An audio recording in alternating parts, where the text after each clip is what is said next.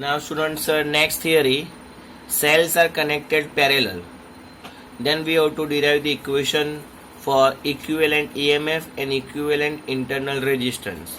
जब number of cells parallel connected है, right?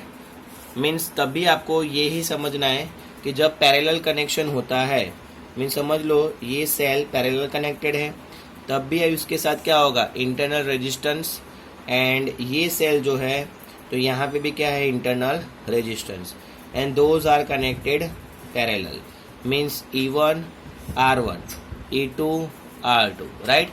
सो ये एक पैरेलल कनेक्शन हो गया सेल्स का, यहाँ पे भी एक पैरेलल कनेक्शन हो गया, राइट. अब तो कि इलेक्ट्रिक करंट जो है वो फ्लो हो रहा है.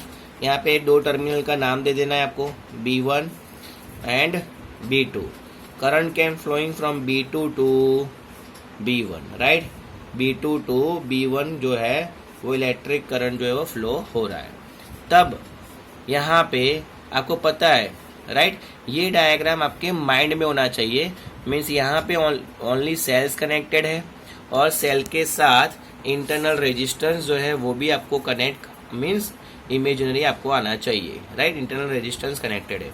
ओके, नाउ स्टूडेंट्स हमने आगे ही सीखा कि relation between electric current, relation between potential EMF and internal resistance is equal, V is equal to EMF minus IR, right. अब पैरेलल कनेक्शन है तो क्या होगा, वोल्टेज सेम होगा एंड इलेक्ट्रिक करंट क्या होगा, डिफरेंट. जो डिफरेंट है उसका हमको सब्जेक्ट बनाना पड़ेगा, राइट. लास्ट थियरी में क्या था सूरज, सीरीज कनेक्शन था तो वोल्टेज डिफरेंट होगा, इसीलिए हमने वोल्टेज को ही सब्जेक्ट बनाया था. तो यहाँ पे हमको किसको सब्जेक्ट बनाना पड़ेगा, आई को, राइट. इसीलिए हम लोग क्या करेंगे, तो कि आई को सब्जेक्ट बनाने के लिए इसको RHS टू LHS मूव करो और वोल्टेज जो है इसको LHS टू RHS मूव करो. So IR is equal to EMF minus V and internal resistance is going to denominator, so I is equal to E minus V upon R. सबके लिए students ये equations होगा, right. So electric current between the means cell number 1 and electric current between the cell number 2, ये हमको different means इससे हमको आगे जाना होगा. क्लियर. सो सेम थिंग यहाँ पे हमने किया हुआ है.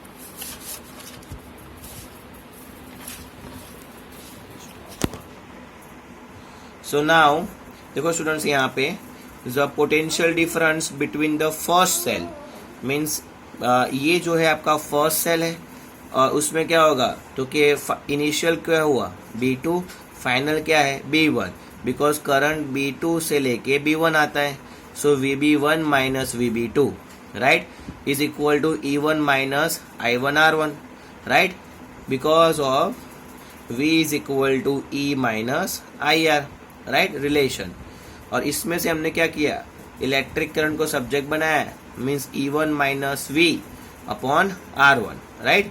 इसको I1 R1 को LHS की तरफ ले जाओ और जो V है ये इसको RHS की तरफ ले जाओ. सो I1 को सब्जेक्ट बनाया. Similarly for the second cell I2 को सब्जेक्ट बनाया, E2 minus V upon R2. Then total current I is equal to क्या हो जाएगा, I1 प्लस I2. I1 की वैल्यू स्टूडेंट्स क्या है, E1 minus V upon R1 and I2 की value क्या है, E2 minus V upon R2. Rearrange the equation, EMF को एक ब्रैकेट में लो एंड इंटरनल रेजिस्टेंस जो है इसको एक ब्रैकेट में लो. सो E1 upon R1 plus E2 upon R2, right, ये एक ब्रैकेट में आया. नाउ माइनस V जो है V upon R1 minus V upon R2, तो माइनस V कॉमन निकाल दो, ब्रैकेट में रहेगा 1 upon R1 plus 1 upon R2. Clear. इसको सब्जेक्ट बनाओ स्टूडेंट्स, तो पूरे टर्म को इस साइड लेके आओ LHS की साइड. सो ये प्लस हो जाएगा और I जो है वो माइनस हो जाएगा. And you can take the LCM. So LCM कितना आएगा, R1 and R2. So E1 R2 plus E2 R1 upon R1 into R2 minus I. Now इसको जो ये जो टर्म है एलसीएम लेके, तो ये टर्म को आप मूव करो RHS की साइड पे.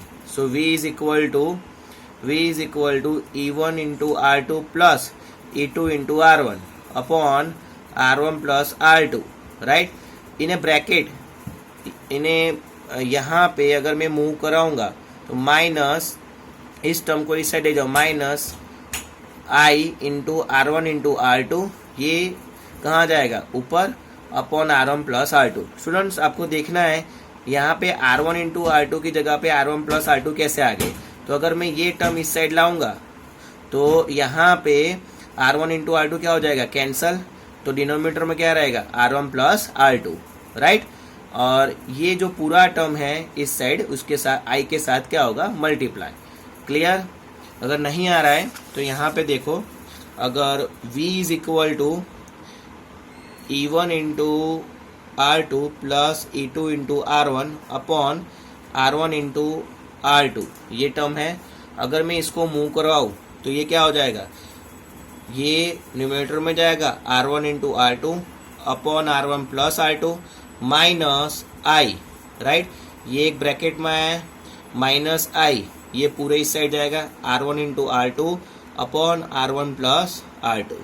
तो ये वाला टर्म कैंसिल हो जाएगा. सो E1 into R2 plus E2 into R1 upon R1 plus R2 और माइनस ये टर्म रहेगा. Clear. So students, now equivalent EMF क्या हुआ, ये, एंड इंटरनल रेजिस्टेंस की वैल्यू क्या हुई, ये R1 into R2 upon R1 plus R2. So now equivalent EMF students कितना है यहाँ पे, तो E1 into R2 plus E2 into R1 upon R1 plus R2, right. इतना जो है इक्विवेलेंट EMF आ रहा है. एंड इक्विवेलेंट रेजिस्टेंस इंटरनल तो ये आया. नाउ इन दोनों इक्वेशन को इंडिविजुअली A एंड B बोल दो. Now you can take the ratio. So equivalent EMF upon R equivalent, ऐसा लिखा. एंड ये इनटू, तो ये उल्टा हो जाएगा, रेशियो लिए मीन्स, तो R1 प्लस R2 कहाँ जा जाएगा, ऊपर, into bracket R1 into R2, तो ये कैंसिल हो जाएगा.